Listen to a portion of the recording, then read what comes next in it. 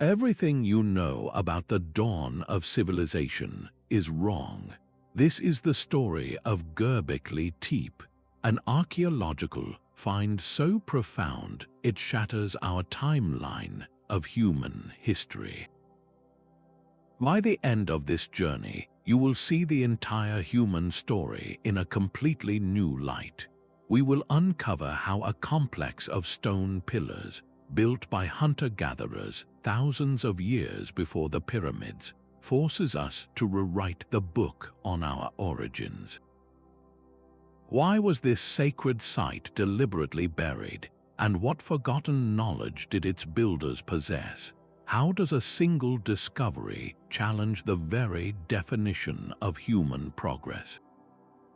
What does it mean when the very ground beneath our feet holds a secret older than recorded time itself? A shepherd straying sheep in 1963 led to an encounter that would one day upend history. While tending his flock in the rolling hills of southeastern Turkey, the man noticed something unnatural breaking the earth. It was a large, rectangular stone, too smooth and too precise to be a random rock. Curious, he reported his find to the local museums, but the experts who came to look dismissed it. They concluded it was probably just a forgotten medieval cemetery, a curiosity but nothing that merited a major dig. And so the strange stone was left alone, waiting silently for another 3 decades. The true significance of that lonely pillar remained hidden until a determined German archaeologist named Klaus Schmidt began sifting through old survey reports. He saw a photograph of that carved limestone and knew, with a certainty that defied logic, that it was something extraordinary. In 1994, he finally secured permission to break ground. The initial surveys confirmed his deepest suspicions. This was not a graveyard from a few centuries ago. The ground was whispering of something far, far older, something monumental waiting just beneath the surface. It is a profound reminder that the threads of history are often discovered not in grand expeditions, but in the simple, everyday moments of life. A single chance encounter had set the stage for a revelation that would challenge everything we thought we knew. The ground beneath Schmidt's team held a secret far more profound than anyone had dared to guess. When samples of charcoal and bone were sent for radiocarbon dating, a process that measures the decay of a radioactive form of carbon to determine an object's age, the results sent shockwaves through the world of archaeology. The data pointed to a single, almost unbelievable conclusion. Göbekli Tepe was built around 9600 BCE. Let that number settle in your mind. This was not 1,000 years before the pyramids. It was a staggering 6,000 years before the Circle of Stonehenge was even conceived, and a full 7 millennia before the Great Pyramid of Giza would cast its shadow upon the sands of Egypt. The timeline of human achievement, a story we thought we knew, was suddenly and irrevocably broken. This date placed the site squarely in the pre-pottery Neolithic period, an era archaeologists had long defined by its simplicity. This was the world of the hunter-gatherer, a time of small, nomadic bands following herds and foraging for wild plants. The established narrative was clear and linear. First, humans mastered farming. Agriculture led to surplus food, which allowed for permanent villages. Those villages grew into towns, and with that settled life came specialization, hierarchy, and the spare time and labor needed to build monuments and develop complex religions. Göbekli Tepe shattered that sequence. Here was a monumental sanctuary of breathtaking scale and sophistication, erected by people who, according to every textbook, should have been incapable of such a feat. They had no domesticated animals to haul the multi-ton stones. They had no farming settlements to provide a steady food supply for a massive workforce. How do you feed hundreds of laborers for years without granaries or farms? How do you organize a project of such staggering ambition without kings, without priests, without any of the social structures we assume are necessary for civilization? This was not just an old temple. It was a paradox carved in limestone, a question mark etched into the very foundations of human history, forcing us to ask what we truly understand about the ingenuity of our ancient ancestors. The sheer scale of the construction defies belief. Rising from the hilltop are not simple stone huts, but multiple, enormous circular enclosures. Each one is a ring of colossal, T-shaped pillars carved from solid limestone, with the largest among them weighing an astonishing 20 tons. To put that into perspective, that is heavier than 3 full-grown elephants. These are not rough, unshaped boulders. They are precisely carved monoliths, smoothed and shaped with an artistry that should not exist in this era. And at the heart of each circle, 2 even larger central pillars stand like silent giants, towering over the ring that surrounds them. Think of the immense effort this required. First, these people had to quarry these monstrous stones from solid bedrock, using only stone tools. Then they had to move them, likely by rolling them on logs and hauling them with ropes up the hill to the site. Finally, they had to erect them, standing them upright and securing them in place, all without the wheel, without metal, and without domesticated animals for heavy labor. This was not a casual weekend project for a small band of nomads. This was a coordinated, large-scale enterprise that would have demanded advanced planning, a clear chain of command, and a large, specialized workforce. Stonemasons, quarry workers, overseers, and laborers all had to work in concert, likely for generations. The architecture itself is a silent, undeniable testament to a level of social complexity that archaeologists never believed hunter-gatherers could achieve. It forces a radical question. What if community and shared ritual came first? What if it was the powerful, unifying force of a common belief, a shared spiritual goal that brought people together and gave them the reason to settle down? This sophisticated stone canvas hints at a hidden chapter where the human need to build something greater than themselves may have been the very spark that ignited the flame of civilization itself. But these pillars are far more than just silent supports. They are a stone menagerie, a frozen bestiary carved with breathtaking skill. Etched into the solid limestone are foxes, their bodies sleek and alert. There are coiling snakes, powerful wild boars, elegant cranes, and imposing vultures. These are not crude scratches or simple outlines. They are intricate, stylized reliefs, their forms flowing with a sophisticated artistry that feels utterly out of place in its time. The lead archaeologist, Klaus Schmidt, saw something more profound in their uniform shape. He proposed that these T-shaped monoliths were not abstract symbols. He believed they represented stylized human forms, perhaps deified ancestors or watchful gods, their broad tops representing shoulders and their shafts standing in for a body. These stone beings would have formed a silent, powerful audience, observing every ritual performed within the sacred circles. The consistency of this design is itself a powerful clue. From one enclosure to the next, the T-shape remains the same. This was not the whim of a single artist. This was a deliberate, shared language in stone, a powerful signal of a common belief system that united the many different groups who built this place. They all understood the meaning of the T. They all told their stories with the same animal symbols. This shared visual language is the echo of a cultural identity, a unifying force strong enough to bring people together for a monumental task. Yet the very creatures they chose to carve only deepen the mystery. Why these specific animals? Were they clan totems, protective spirits, or characters in a forgotten creation myth that has been lost to the wind?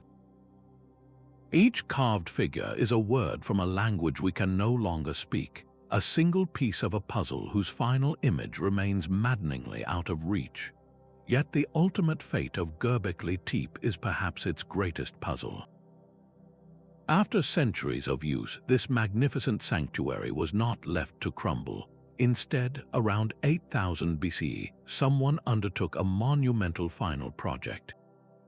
They deliberately buried the entire complex. Every circle, every towering pillar was carefully and completely backfilled with tons of soil, stone, and debris. This was not an accidental landslide or a gradual accumulation of dust. This was a conscious, coordinated act of interment, a ritual entombment on a staggering scale. Think of the sheer labor involved. To fill those vast enclosures required moving an unimaginable amount of earth, all by hand. Why would a society expend such enormous effort to hide its most sacred heart?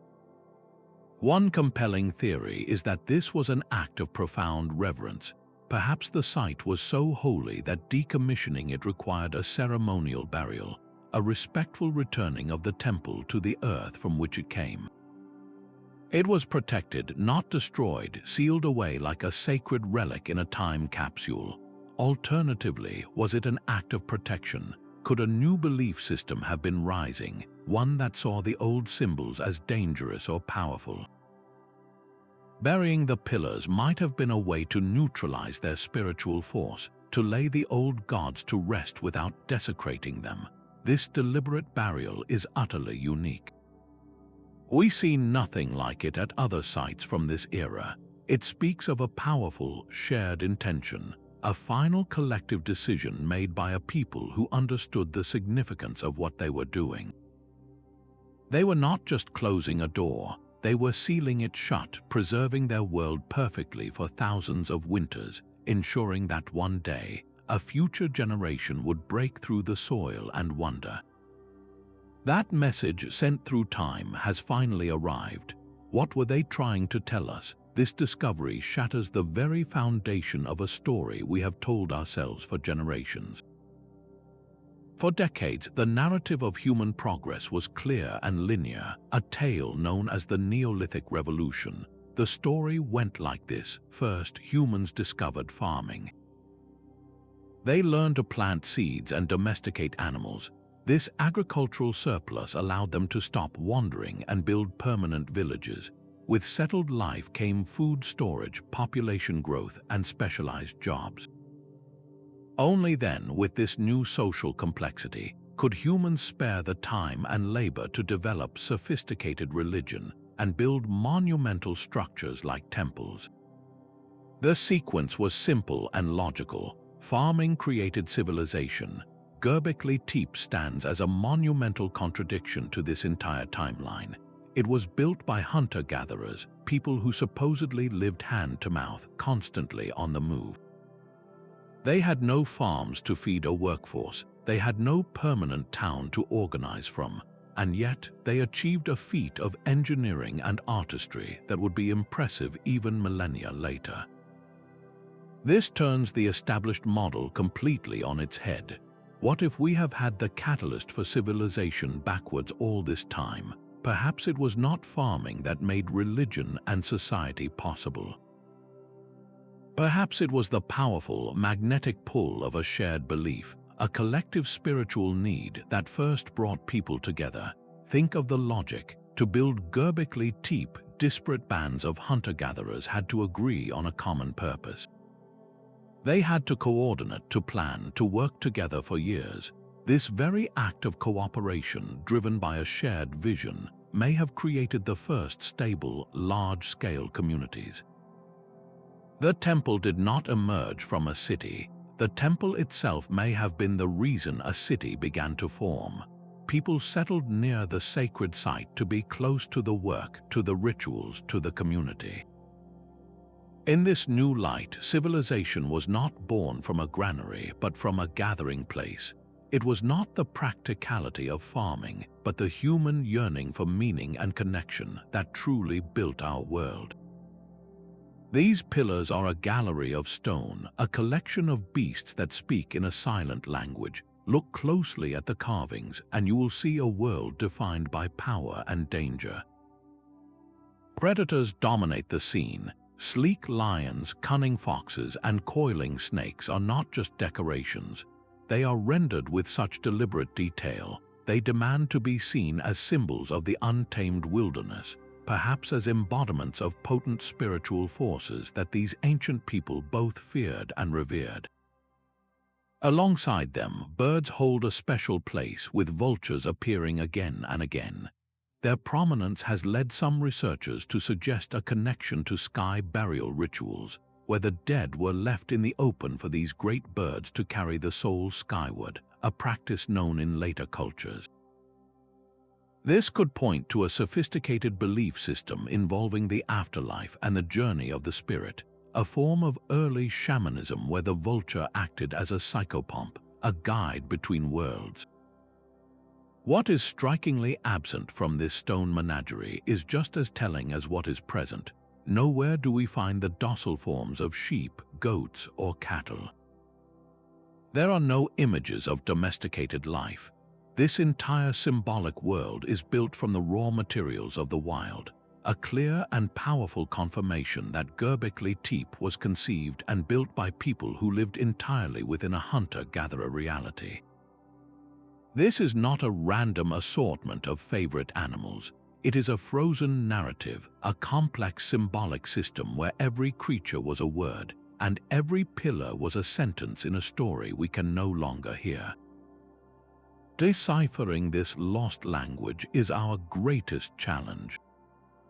Were the animals' clan totems, marking the contributions of different family groups to the construction? Were they protective spirits warding off evil from the sacred circles? Or were they characters in a vast, epic myth about the creation of the world, a Genesis story carved in limestone for the ages? Each figure is a piece of a puzzle, and understanding their relationships is the only way we can hope to glimpse the mind of the civilization that vanished after sealing its masterpiece away. This absence of daily life is one of the site's most telling clues. After decades of meticulous digging, archaeologists have unearthed something profoundly strange. They have found no foundations for houses, no central hearths for cooking and warmth, no deep trash pits filled with the debris of everyday existence. There is not even a reliable water source on the hilltop. Göbekli Tepe is a place of pillars and carvings and nothing else. It was not a town, it was not a city. It was a cathedral built on a barren hill, a destination. This stark separation forces a remarkable conclusion. Göbekli Tepe was likely the world's first known pilgrimage center, a sacred gathering place for nomadic peoples who lived far apart. Imagine the scene, several times a year, perhaps aligned with the seasons or specific celestial events. Different clans and family groups would converge on this hill from across the region. They did not live here, they journeyed here. They would have had to carry everything with them: water, tools, and most importantly, enough food to sustain hundreds of people for the duration of their rituals and their work. This implies a level of planning and social organization that rewrites our understanding of hunter-gatherer capabilities.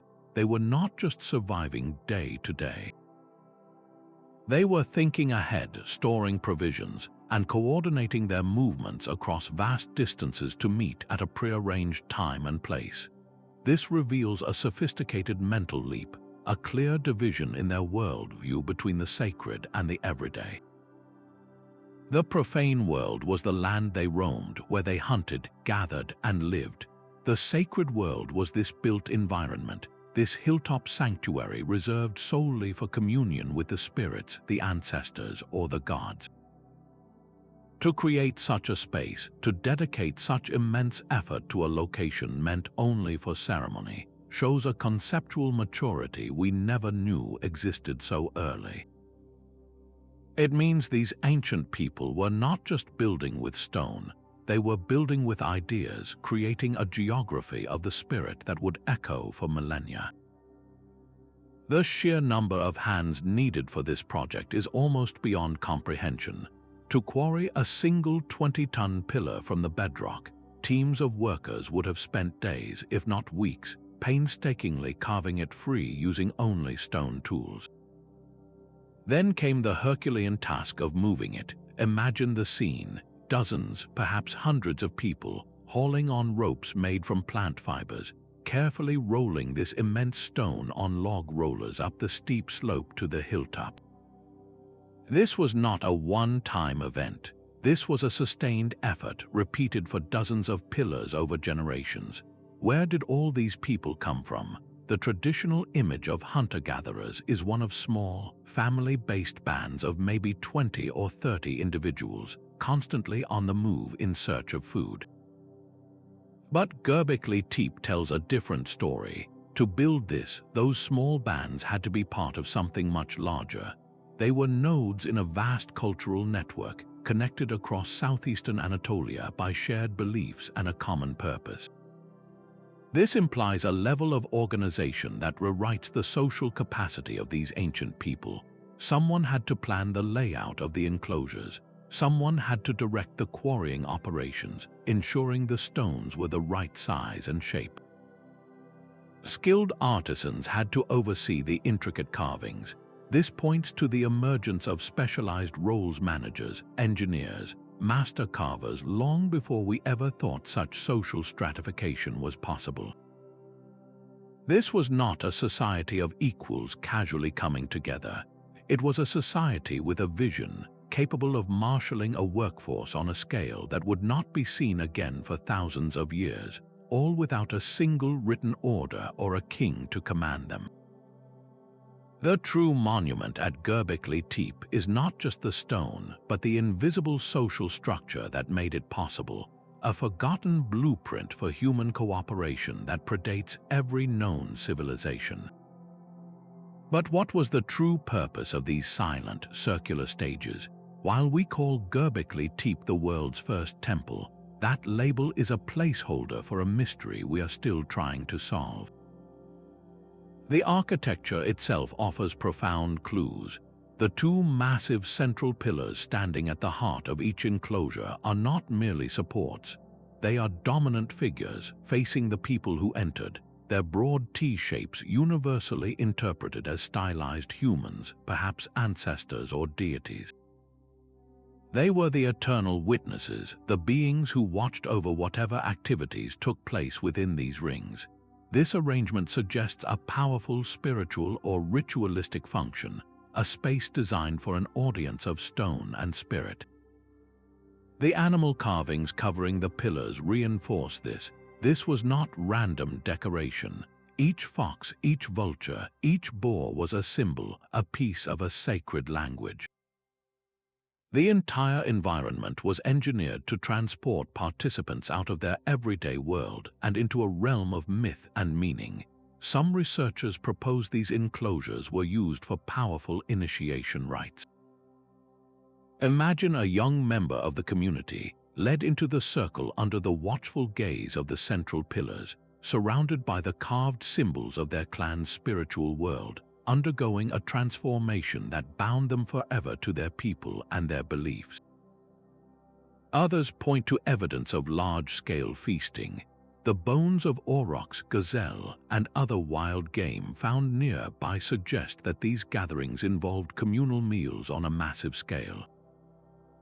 This was not just about eating. Sharing food on such a grand scale would have reinforced social bonds, created alliances, and celebrated a shared identity among groups who normally lived far apart. The hilltop itself, with its clear view of the horizon, might have served as a giant calendar.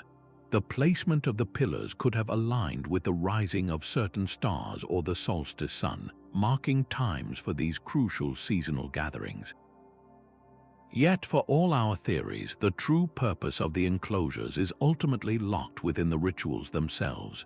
We have the magnificent, silent theater, but the actors, the scripts, and the very nature of the performance have vanished into the air. We can only stand in the circles and wonder what ceremonies, what chants, what profound human experiences once filled this space with a meaning so powerful it compelled people to build a mountain of stone. This profound absence of human imagery is one of Göbekli Tepe's most thought-provoking mysteries. Every surface is alive with animal carvings, yet the people who built this place are nowhere to be seen in any clear, recognizable form. The T-shaped pillars are our only clue, a ghostly, abstract representation of the human form stripped of all individual features. There are no faces, no bodies, no personal adornments. Compare this to later Neolithic sites like Çatalhöyük, just a few hundred miles away, where plastered skulls and detailed clay figurines of humans, especially women, are found in abundance. At Göbekli Tepe, humanity is present only as a silent, uniform shape, while the animal world is rendered in vivid, dynamic detail. Why would a culture so masterful in its artistry deliberately avoid depicting itself? One compelling theory is that this reflects a deep-seated animistic worldview. In this belief system, the world is alive with spirit, and that spirit is most powerfully concentrated in the wild, untamed forces of nature. The animals were not just creatures, they were embodiments of potent spiritual powers, ancestors, or even deities. The human role was not to dominate this spiritual landscape, but to coexist within it, to negotiate with it. By representing themselves as abstract pillars, they may have been expressing their role as witnesses or supports within this living cosmos, not as its central characters. Alternatively, could there have been a powerful cultural taboo, a prohibition against creating a direct likeness of a person, perhaps from a fear that it could capture or harm the soul? This artistic choice speaks volumes about their identity. They defined themselves not through individual portraits or leaders, but through their collective action and their relationship to the wild. Their monuments were not to kings or heroes, but to the entire community and the powerful, non-human forces they believed governed their world. In this sacred space, humanity stood as a collective, anonymous force, its back to the viewer, forever facing the vibrant, spirit-filled menagerie that truly ruled their universe. This silent stone testament suggests a humility, a perspective on our place in the natural order that is profoundly different from the human-centered narratives that would come to dominate our history. This brings us to a connection that is almost too perfect to be mere chance. Göbekli Tepe sits in the heart of the Fertile Crescent, the very region where genetic evidence tells us wild einkorn wheat was first transformed into a domesticated crop. The timeline is breathtakingly precise. The site's construction and use coincides exactly with the earliest known experiments with cultivating grains. Klaus Schmidt himself saw this not as a coincidence, but as a direct relationship. He proposed a radical idea he called the Cathedral on a hill model. Imagine the practical challenge these ancient pilgrims faced. They were gathering in the hundreds, perhaps even thousands, for extended rituals and construction projects on a barren hilltop with no natural water source. How do you feed such a massive, temporary population? Hunting enough wild game to feed everyone would have been unsustainable. Gathering enough edible plants from the surrounding wilderness would have been a monumental, unreliable task. The solution, Schmidt argued, may have been lying at their feet all along. The need to reliably provision these sacred gatherings could have been the catalyst that forced a new way of thinking. Instead of just collecting wild grains, people began to deliberately plant them. They started to cultivate plots in the fertile valleys below, to protect them, to select the best seeds for the next season. This was not a slow, evolutionary process born of scarcity. It was a revolutionary leap born of plenty, or more accurately, born of necessity for a communal, spiritual purpose. In this scenario, farming did not slowly give rise to religion and complex society. It was the other way around. The powerful, unifying force of a shared belief and a collective ritual gathering created the logistical problem that demanded an agricultural solution. The world's first temple, a place of pure spirit, may have directly given birth to the world's first farms. This single hilltop could be the very spot where humanity made the conscious choice to settle down and cultivate the earth, setting us on the path to the modern world. The stones of Göbekli Tepe might not just mark a sacred space, but the precise moment we began to reshape our entire planet. The silent stones of Göbekli Tepe may hold their gaze not just on the earth, but on the heavens themselves.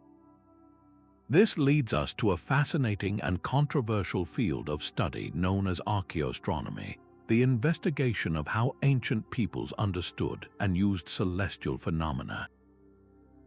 Some researchers have carefully studied the layout of the pillars and enclosures, searching for alignments with the sun, moon, and stars. Could these rings of stone have functioned as a sophisticated calendar, a prehistoric observatory carved from the bedrock? While definitive proof is challenging to establish after so many millennia, the idea is deeply compelling. Imagine the practical necessity for these ancient pilgrims. Their grand gatherings required precise timing. They needed to know when to begin their long journeys from distant territories to converge on the hilltop. Marking the summer and winter solstices, the longest and shortest days of the year, would have provided a reliable, repeating anchor in time. The rising of a specific star cluster just before dawn could have signaled the start of a sacred season. This was not merely stargazing for curiosity's sake. It was a matter of survival and social cohesion, ensuring that hundreds of people could coordinate their movements across a vast landscape without any form of written communication. If even a fraction of these astronomical theories are correct, the implications are staggering. It would mean that the builders of Göbekli Tepe possessed a complex body of knowledge about the cycles of the cosmos, a science they encoded directly into their architecture. This would elevate our estimation of their intellectual world from simple hunter-gatherers to masterful observers of the natural world, who seamlessly wove the rhythms of the sky into the very fabric of their spiritual lives. The carvings of animals tell one story of their world, but the silent spaces between the pillars might be telling another, a story written in the silent, predictable dance of the stars. The story of Göbekli Tepe is not one of a single, brilliant moment, but a long, slow-burning epic that unfolded over more than 1,000 years. The deepest layers, the oldest parts of the site, reveal a stunning truth. The earliest enclosures are the most monumental, featuring the largest and most skillfully carved pillars. The craftsmanship is breathtaking, the sheer ambition almost unbelievable. This was the peak, the golden age of the hilltop, but as time passed, the story changed. In the younger layers, built centuries later, the circles become noticeably smaller.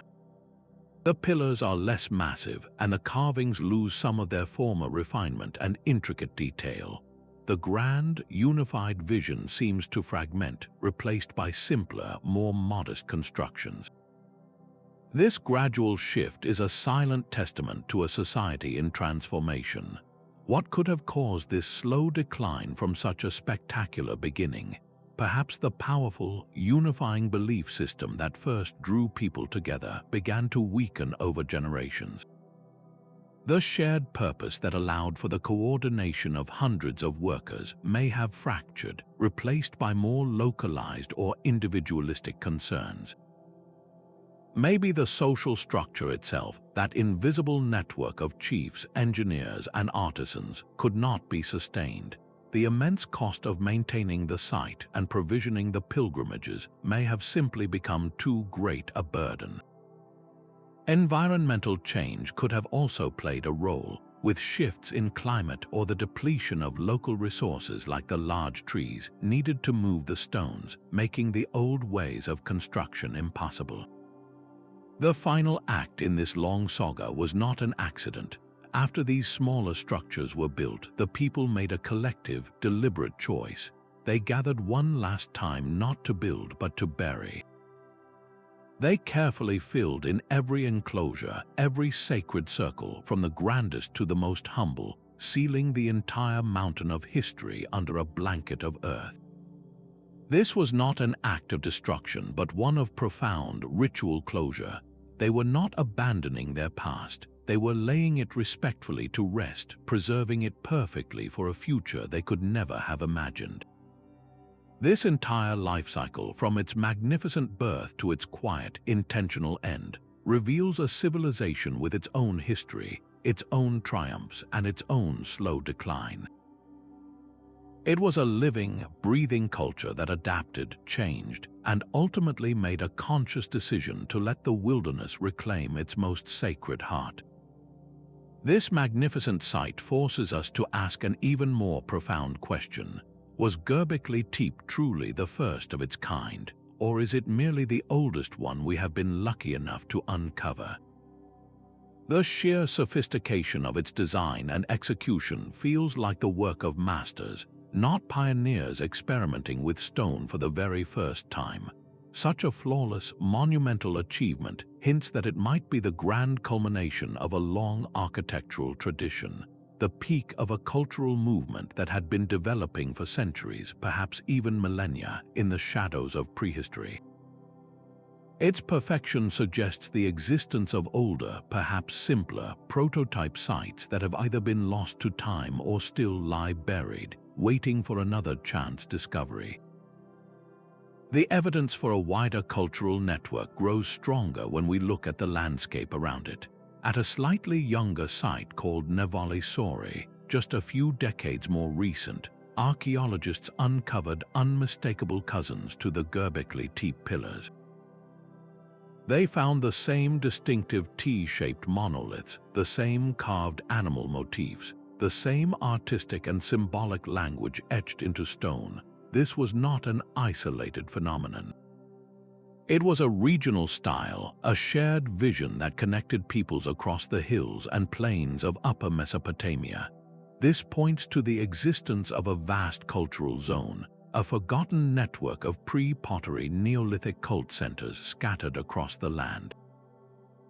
Göbekli Tepe was likely not a lone mountain cathedral, but the central hub, the most important pilgrimage site in a spiritual constellation. This changes the entire scale of the mystery. We are not looking at a single, anomalous temple built by a uniquely gifted group. We are likely glimpsing the crown jewel of an entire civilization, a sophisticated society that has left behind only the most durable, monumental traces of its existence. Their homes of wood and reed have long since decayed. Their tools of bone and wood have turned to dust. All that remains are these colossal stone hearts buried on the highest hills, the only enduring testament to a world that thrived, connected, and believed thousands of years before history began. The discovery of Göbekli Tepe did more than just unearth ancient stones. It sent a tremor through the very foundations of history, archaeology, and anthropology, forcing a complete re-evaluation of the human story. For over a century, the dominant narrative was one of linear progress, a slow and steady climb from simple hunter-gatherer bands to complex agricultural civilizations. This was the staircase of human development, and we thought we understood every step. Göbekli Tepe proves that staircase might be an illusion. Here was a society of hunter-gatherers, people we pictured as living a hand-to-mouth existence, demonstrating a capacity for abstract thought, intricate social organization, and monumental engineering that shattered the ceiling of what we believed was possible for their time. They were not slowly evolving toward complexity. They were already there. This single site forces historians to confront a radical idea. What if there were multiple pathways to civilization?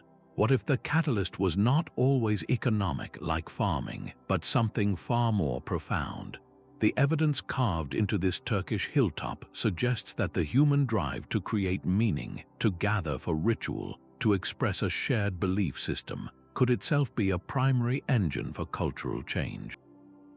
It was the spiritual and symbolic life that brought people together, and that gathering, in turn, created the need for new forms of social structure and logistics. This turns the old model on its head. Civilization may not have been born from the practical need to store grain, but from the spiritual need to build a temple. The story of humanity is not a simple, predictable line. It is a tapestry woven with threads of incredible ingenuity and surprising turns, a reminder that our past holds wonders we are only just beginning to uncover. The builders of Göbekli Tepe faced an engineering challenge that seems almost impossible. They had to quarry, carve, and erect 20-ton pillars of solid limestone using nothing more than Stone Age technology. Their entire toolkit consisted of flint and obsidian, sharp volcanic glass, painstakingly shaped into chisels, scrapers, and hammer stones. Modern experiments have shown that just carving the deep, clean reliefs of a single animal figure, like a coiled snake or a sleek fox, could have taken one skilled artisan weeks or even months of relentless, patient work.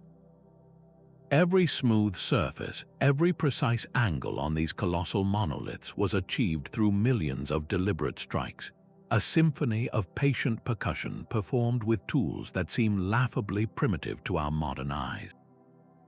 This was not a rushed job. It was an act of devotion, a testament to a culture that measured time in generations, not in years. How did they move these behemoths? The most likely method involved a breathtaking display of coordinated human effort. Teams would have first quarried the limestone pillars directly from the bedrock nearby, using stone mauls to fracture the stone along natural seams.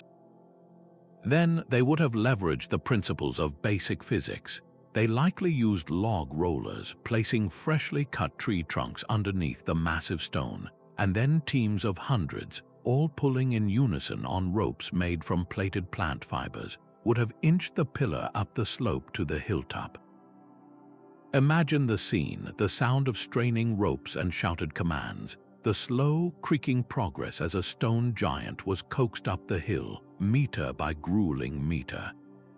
The final act, erecting the pillar into its stone socket, would have been the most dangerous feat of all, requiring levers, earthen ramps, and perfect timing to stand the monolith upright without it shattering.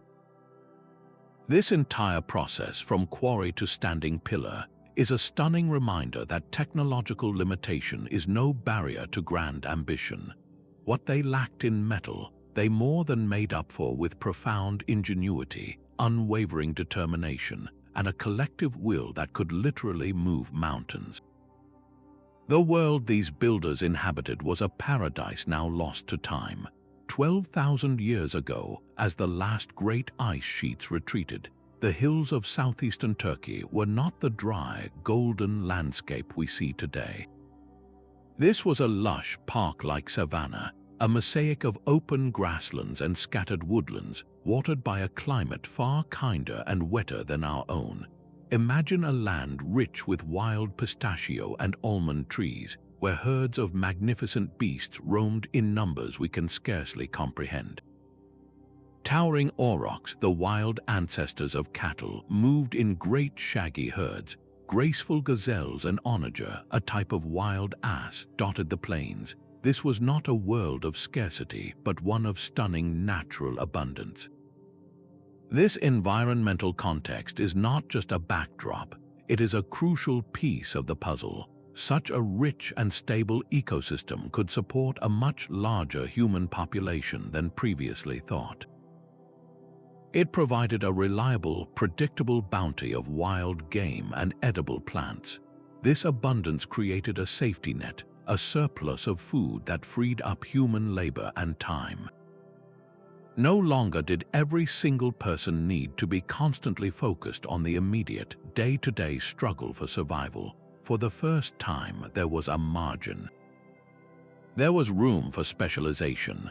A community could afford to have some of its strongest members spend weeks quarrying stone instead of hunting. Its most skilled artists could dedicate months to carving a single pillar, supported by the food brought in by the hunters and gatherers. This fleeting golden age of climate, a specific window of opportunity in Earth's history, provided the essential fuel for the human imagination to ignite. Göbekli Tepe is a monument not only to human ingenuity and belief, but to this unique moment of environmental grace.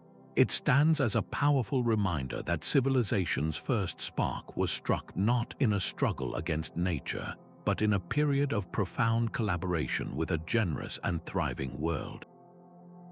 The stones of Göbekli Tepe may have been designed not just to be seen, but to be heard. Recent acoustic studies of the circular enclosures reveal something remarkable about their design. The hard, smooth surfaces of the limestone pillars, arranged in tight rings, create a unique sonic environment. Sound waves would not simply dissipate into the open air. Instead, they would bounce and reverberate between the stone surfaces, amplifying chants or drumbeats and creating lingering, overlapping echoes. A single voice raised in song could have been transformed into a ghostly chorus, as if the very pillars themselves were joining in the ritual. This was not an accidental byproduct of the architecture. It feels intentional, a deliberate manipulation of the environment to create a specific sensory experience. Imagine the psychological impact of such a soundscape during a nighttime ceremony. The flickering light of torches would dance across the carved animals, making them appear to move, while the very air throbbed with rhythmic sound that seemed to come from everywhere and nowhere at once. This constant, enveloping auditory input could have been used to focus the mind, to induce trance-like states, or to forge a powerful sense of unity among the participants. When everyone hears the same amplified, resonant sound, individual identities can begin to dissolve into a collective, shared experience. The builders were not merely stacking rocks. They were creating a multi-sensory theater of the spirit, engineering an atmosphere where sight, sound, and belief merged into a single, overwhelming reality. This understanding of acoustics reveals a layer of sophistication we never imagined for a Stone Age society. It shows they were master architects of human perception, using the physics of sound to build a bridge to the unseen world. The sheer perfection of Göbekli Tepe's oldest stones inevitably sparks grander, more speculative narratives. For some, the idea that simple hunter-gatherers could achieve such mastery feels insufficient, leading to theories of a lost, advanced civilization. Perhaps they suggest these were survivors of a great cataclysm like the legendary Atlantis, who arrived with sophisticated knowledge and guided local populations. In this view, the site is not a product of indigenous genius, but a relic from a forgotten age, a message in a bottle from a culture that vanished beneath the waves or sands. Mainstream archaeology, however, finds no evidence for such a dramatic intervention. The tools, the construction methods, the very bones found at the site all fit squarely within the known material culture of the pre-pottery Neolithic. The progression from the larger, more sophisticated early enclosures to the smaller, simpler later ones suggests a local, organic development and decline, not the sudden appearance and disappearance of outside masters. Yet, the persistence of these speculative ideas is itself a powerful testament to the site's profound impact. Göbekli Tepe is so unexpected, so revolutionary, that it challenges not just our textbooks, but our very imagination of what is possible. When the established story feels inadequate, the human mind naturally reaches for myth. These theories, however far-fetched, reflect a deep and understandable desire to explain the site's most haunting anomalies. They highlight a fundamental question: is our current model of human prehistory complete, or are we still missing crucial pieces of the puzzle? The stones do not whisper of Atlantis, but they do scream that our past is far more mysterious and magnificent than we ever dreamed. The remnants of these ancient gatherings are written not only in stone but in bone. Analysis of the material used to bury the enclosures has uncovered a staggering volume of animal remains, a silent testimony to the scale of the feasts that once animated this hilltop. We are not talking about the scattered bones of a few small meals, but a veritable mountain of butchered skeletons, primarily from massive aurochs, graceful gazelle, and swift wild ass. The sheer quantity suggests a level of organized hunting and consumption that is almost industrial in its scope. This was not a simple picnic. It was a deliberate, large-scale provisioning event, a logistical triumph that required planning and coordination on a massive scale. These communal meals were the social glue that held the entire enterprise together. For the diverse bands of hunter-gatherers who traveled from distant territories, sharing food on this grand scale was a powerful act of community building. It transformed strangers into allies, reinforcing a shared identity that transcended individual family groups. In a world without currency, the feast acted as a vital mechanism for redistribution. A successful hunt by one clan would be shared with all, ensuring that every participant, from the master carver to the rope puller, was nourished and valued. This act of generosity and reciprocity cemented social bonds and forged alliances that likely extended far beyond the sacred hill. Göbekli Tepe was therefore far from a silent, austere temple of solitary meditation. It must have been a vibrant, noisy, and dynamic center of life. The air would have been thick with the smells of roasting meat and wood smoke, filled with the sounds of conversation, storytelling, and celebration echoing off the very pillars that witnessed the rituals. The community was not just built through shared belief, but through the profoundly human act of breaking bread together, a tradition that connected them to each other and to a purpose greater than any one individual. The echoes of Göbekli Tepe did not simply vanish when the last stone was laid to rest.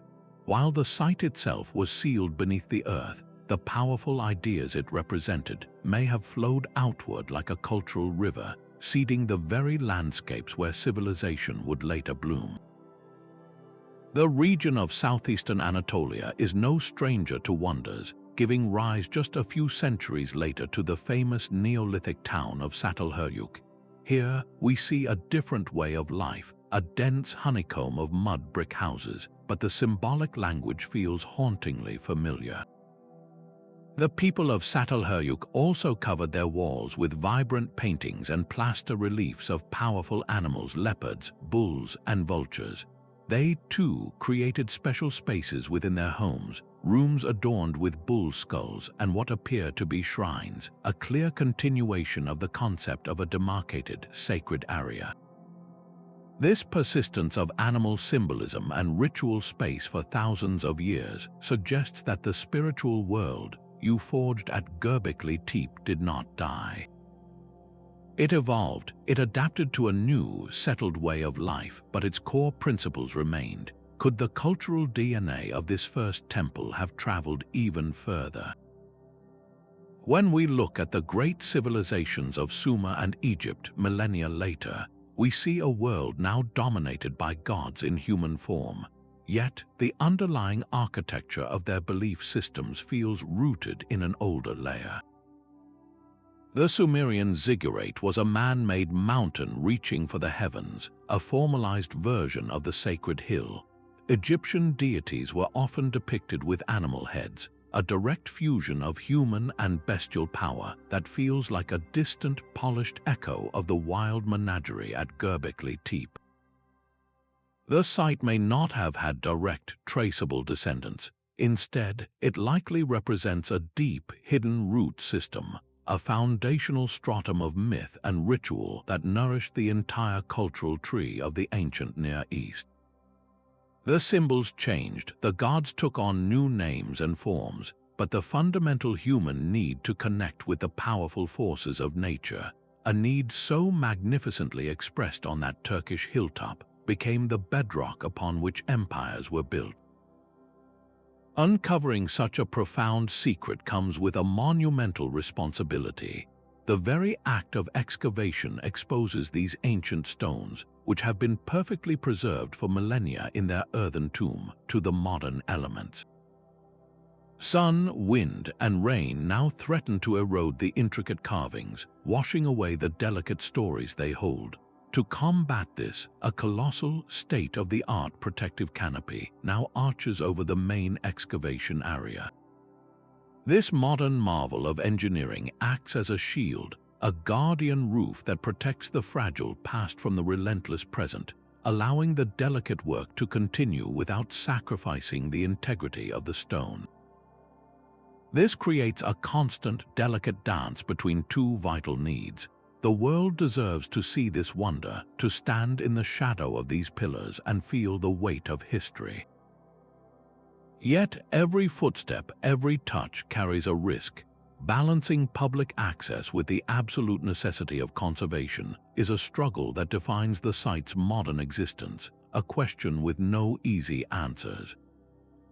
And the known site itself is just the beginning.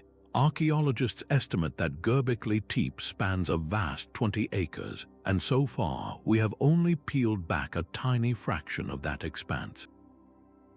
The main excavation area is a stunning revelation, but it is likely just the central chamber of a much larger complex. What other enclosures, what even older structures, what deeper secrets lie buried in the neighboring hills, waiting for their turn to speak? The work here cannot be rushed. It is a slow, painstakingly meticulous process of brushing away dust, mapping every fragment, and documenting each discovery with extreme care. This is not a race for treasure, but a solemn promise to the future. Every decision made today is about ensuring that this priceless window into our collective dawn remains intact, protected for generations yet to come, so that they too may stand here and wonder. Building for over 1,000 years did more than reshape a hilltop. It reshaped the human mind. The very act of creation, repeated by generation after generation, would have forged a new kind of consciousness. Imagine the mental leap required not just to plan a single structure, but to commit to a vision so grand that your children and their children would be born into its shadow, their lives dedicated to a task they did not start and would not see finished. This demands a profound shift in thinking, from a focus on immediate survival to an investment in a future you will never personally witness. It requires a shared story so powerful, a belief so compelling, that it can bind hundreds of people together across centuries. The monument is not merely the result of their beliefs. The process of building it is what cemented those beliefs into the very fabric of their society. Every stone quarried, every pillar hauled up the hill was not just construction work. It was a ritual in itself, a physical prayer enacted on a colossal scale. The strain of the ropes, the sound of hammer stones striking limestone, the shared exhaustion and triumph, these were not side effects. They were the transformative experiences that welded disparate bands of foragers into a single, purposeful community. Their identity would have become inextricably linked to the project. They were no longer just the people who hunted gazelle in this valley or gathered nuts on that plain. They were the people building the mountain, the people chosen by the forces represented by the stone pillars. This shared, monumental endeavor likely forged the first large-scale sense of collective identity, a we that was defined not by kinship alone, but by a common, world-altering goal. The psychological impact is staggering to consider. They were building the very concept of legacy, learning to see themselves as part of a story much larger than a single human life. In lifting those 20-ton stones, they were also lifting the human spirit into a new realm of possibility, creating a world where abstract vision could manifest as enduring stone. The excavation of Göbekli Tepe is far more than a single discovery. It is a fundamental crack in the foundation of our entire human story, revealing a chapter we never knew was written. Here, on this windswept hill, we find hunter-gatherers who possessed a capacity for social organization, artistic brilliance, and symbolic thought so profound it forces us to tear up the old timeline and start again. The mysteries woven into this place are as deep as the soil that preserved it. Why was this sanctuary built with such staggering ambition? Who were the people who could envision it? And why, after centuries of use, did they choose to bury their greatest achievement with such deliberate care? These questions continue to captivate and challenge every assumption we hold. This site stands as a humbling lesson in stone, a reminder that the past is not a simple, straight line of progress. It is a deep and complex tapestry, woven with countless threads, most of which are still hidden from our view. The story of Göbekli Tepe is not finished. As we carefully brush away the earth, we are not just learning about a forgotten civilization. We are rediscovering a lost part of our own human potential, a capacity for collective wonder and achievement that predates kings, empires, and even farms. Let this be an open invitation to look at all of history with fresh eyes, to question the narratives we take for granted, and to remain endlessly curious about the profound mysteries that still lie waiting, silent and patient, just beneath our